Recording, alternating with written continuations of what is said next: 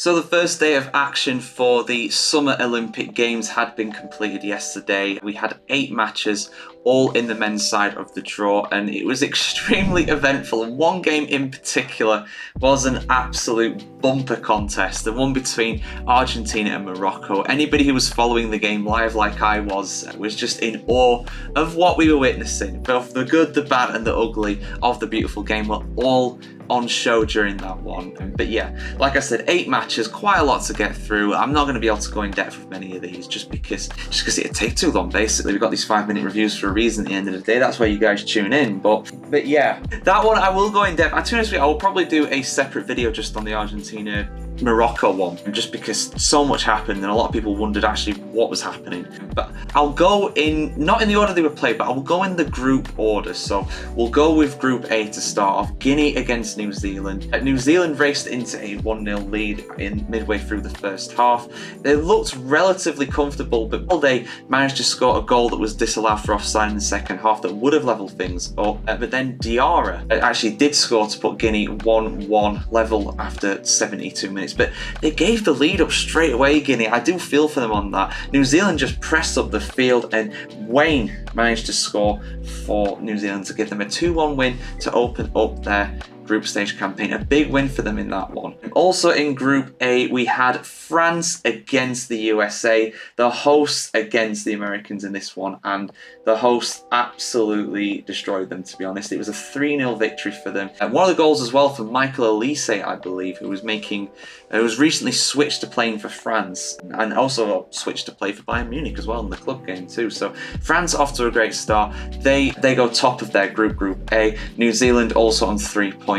Guinea and the USA yet to get off the mark, but they will play each other very soon as well. In Group B, we had Iraq against Ukraine, and this was a match where it's like, wow, these guys have actually managed to qualify for this tournament despite all the horrific conflicts and everything that are going on in both of their countries. And it was Iraq who came up 2-1 winners, a huge win for their country as they get their Olympic campaign off the ground. Also in Group B, there was Morocco against Argentina. And right, so I think it's fair to say that Argentina are probably the favourites coming into this one. They've just won the Copa America, and even though this is an under-23 tournament effectively, that's still put them in good stead. They are still the world champions and the South American champions, so they're a pretty good team.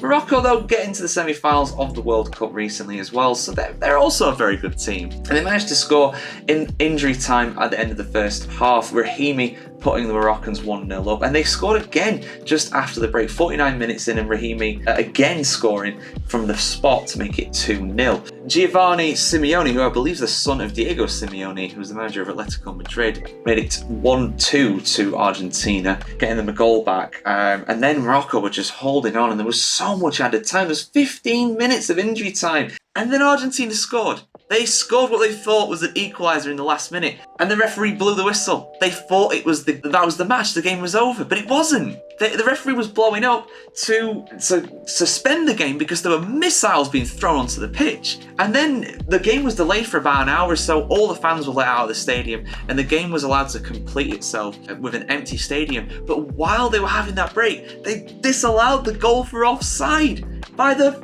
finest of fine margins. It was horrible for Argentina. They played the last few minutes of the game. They gave it all they could, but yeah, Morocco win in the most dramatic of circumstances in Group B. So they're on 3 points, as are Iraq, Argentina and Ukraine yet to get off the mark. I'll quickly run through the other results. Group C, Spain managed to complete a narrow 2-1 win against Uzbekistan. The Uzbeks doing very well to keep the score down there. And in the other Group C game, it was a 0-0 draw between Egypt and Dominican Republic. Spain on 3 points, those two sides I just mentioned on 1, and Uzbekistan on no points. And the final group games were Japan, who absolutely destroyed Paraguay 5-0 in Group D, and Mali and Israel, who drew 1-1. So Japan top of the group, very heavy favourites to go through as group leaders already, you would say. Mali and Israel on 1 point apiece, and Paraguay on 0 points with -5 goal difference to try and overcome as well. So the men's game will be back on Saturday. I will be previewing those games tomorrow. Tonight, though, we have the women's side of the draw. They're all playing, with the first games kicking off at 4 p.m. UK time, 5 p.m.